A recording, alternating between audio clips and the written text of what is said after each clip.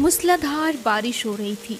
तेज हवाएं पेड़ों को झकझोर रही थी और आसमान में बार बार बिजली कड़क रही थी। उसी बारिश में एक औरत हाथ में पुराना काला छाता लिए कीचड़ से भरे रास्ते पर तेज तेज दौड़ी चली आ रही थी। तेज हवा बार बार उसके छाते को उल्टा करने की कोशिश कर रही थी, लेकिन वो बिना रुके खेत की तरफ भागे जा रही थी। हाँ हाँ हाँ जी, सुनते हो? कब से तुम्हें ढूंढ रही हूँ। इतनी तेज बारिश हो रही है और तुम अभी तक खेत में ही लगे हो। चलो अब घर चलते हैं।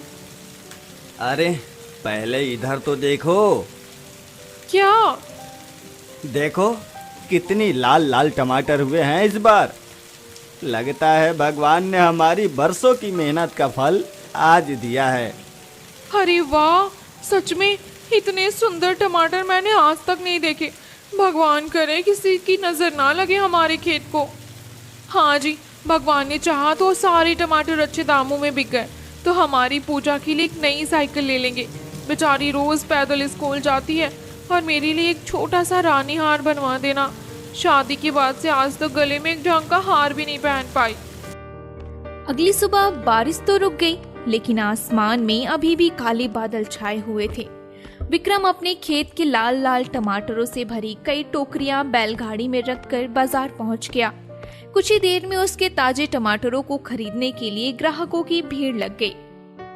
जब विक्रम बाजार में टमाटर बेच रहा था, तभी उसके सामने एक बूढ़ी औरत आकर खड़ी हो गई। अरे बेटा, टमाटर कितने के बेच रहे हो? चाहे जितने के बेचूं, तुम यहाँ क्यों आई हो? तुम तो ये टमाटर खरीद ही नहीं पाओगी। क्यों खरीद नहीं पाऊंगी? क्या बहुत महंगे बेच रहे हो? हाँ, बहुत महंगे बेच रहा हूँ। तुम्हारी औकात नहीं है इन्हें खरीदने की। जाओ यहाँ से, चली जाओ। सच तो ये है कि मेरे पास पैसे नहीं है। मैं तो तुमसे सिर्फ 2 टमाटर मांगने आई थी। क्या तुम मुझे 2 टमाटर दोगे? क्यों? मैं तुम्हें यूं ही टमाटर क्यों दूं? दरअसल मेरा बहुत मन कर रहा है टमाटर खाने का। अगर मुझे तुम 2 टमाटर देते तो तुम्हारे पास तो बहुत सारे टमाटर है ना। बहुत है तो क्या तुम्हें दे दूं? जाओ यहाँ से, निकलो। अपमानित होकर बूढ़ी औरत उदास मन से वहां से चली गई। लेकिन उस समय तक विक्रम ये नहीं जानता था कि वो सचमुच की बूढ़ी औरत नहीं थी, बल्कि जंगल की वेश बदली हुई डायन थी। मेरी बेइज्जती? इतनी बड़ी हिम्मत! अब मैं भी देखती हूँ कि तू अपने उस टमाटर के खेत को कैसे बचा कर रखता है। आज रात से ही तेरी बर्बादी शुरू होगी। बूढ़ी ने तय कर लिया कि इस अपमान का बदला वो पूरी तरह चुकाएगी। यही सोचकर उस रात बूढ़ी विक्रम के टमाटर के खेत के सामने पहुंची, लेकिन चारों तरफ ऐसी मजबूत बाड़ लगी थी कि वो अंदर जा नहीं सकी। अब क्या करूं? अगर अंदर नहीं जा पाई तो ये टमाटर कैसे खाऊंगी? मुझे कोई दूसरा रास्ता निकालना होगा। जैसा सोचा वैसा ही किया। डायन ने दूसरा उपाय ढूंढ लिया। उसने खेत के दूसरे छोर से एक गड्ढा खोदा और सुरंग बनाते हुए खेत के बीचों बीच निकल गई। अब आएगा मजा। अब मैं भी जी भर के जितना चाहूं उतने लाल लाल पके टमाटर खाऊंगी। ये कहकर डायन मन भरकर टमाटर खाने लगी। चलो, आज तो बहुत खा लिया, अब और नहीं खाया जा रहा। कल फिर आकर खाऊंगी। ये कहकर डायन वहां से चली गई।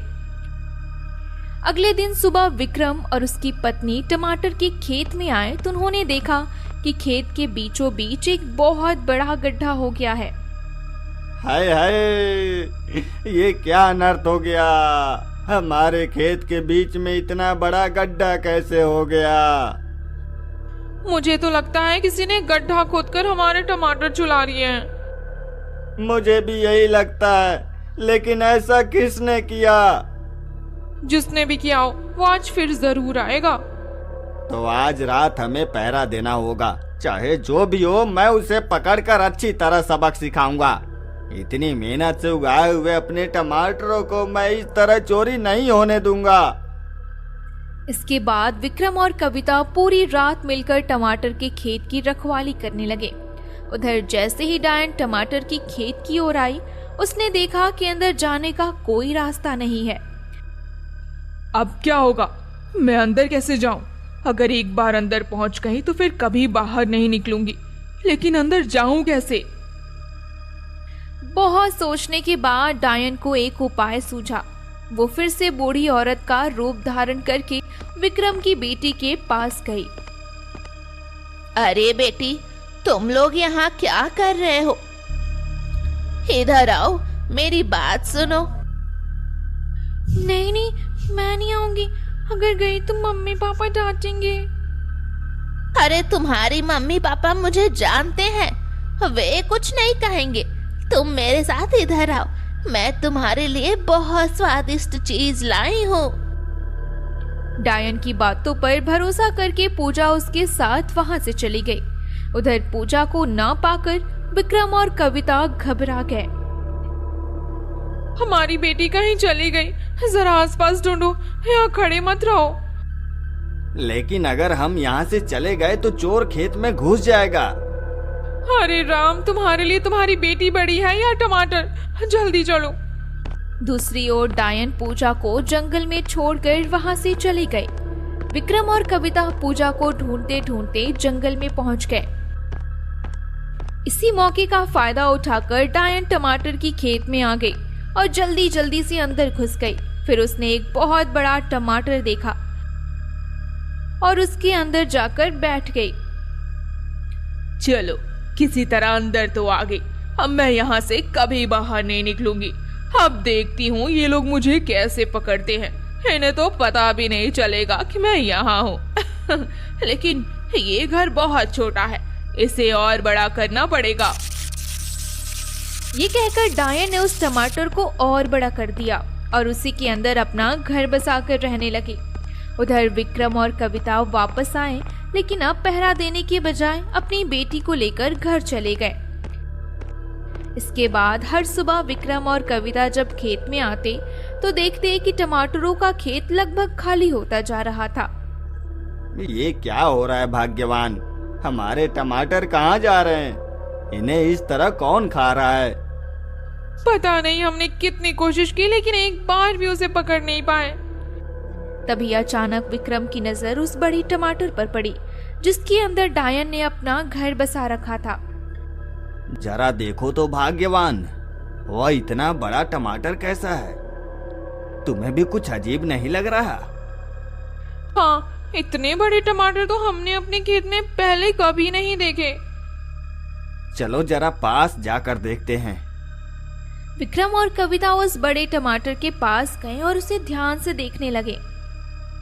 मुझे तो ऐसा लग रहा है जैसे इस टमाटर के अंदर कुछ है।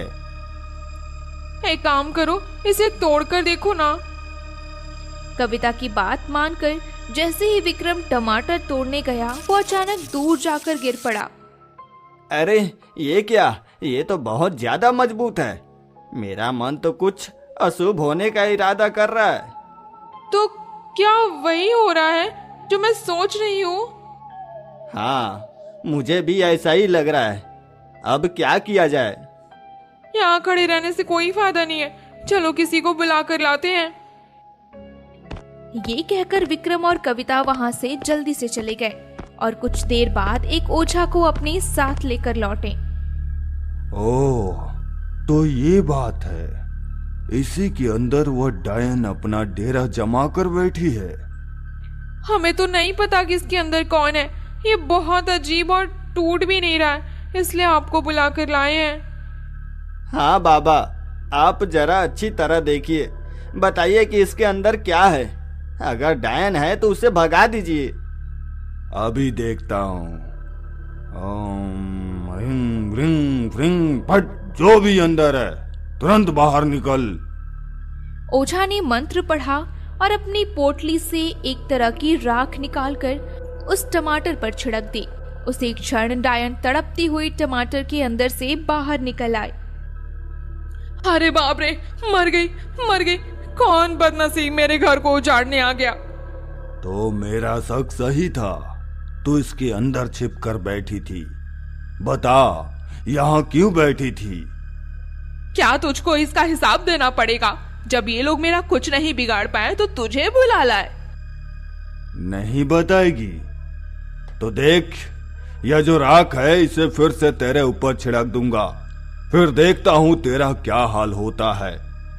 अरे नहीं नहीं, क्या तुम लोगों के मन में जरा भी दया नहीं है? मुझ पर इतना अत्याचार क्यों कर रहे हो? तो बता, तू यहाँ क्यों आई थी? टमाटर खाने के लिए। मैंने उस लड़के से टमाटर मांगे थे, लेकिन उसने मुझे नहीं दिए, इसलिए मैं यहाँ आकर खाने लगी। तो क्या इसलिए तू यहाँ आकर अपना घर बसाकर बैठ गई? अब बता, तू यहाँ से जाएगी या नहीं? नहीं, मैं यहाँ से नहीं जाऊंगी। इतनी बड़ी हिम्मत! ठहर, आज मैं तुझे जलाकर ही मार दूंगा। हाँ बाबा, इसे जलाकर मार दीजिए, इसने मेरा बहुत नुकसान किया है, यह फिर से यहाँ आ जाएगी। शांत हो जाओ विक्रम, इतना उत्तेजित होने से कोई फायदा नहीं। बोल डायन, तू यहाँ से जाएगी या हम तुझे जलाकर मार दें? नहीं नहीं, मुझे मत जलाओ।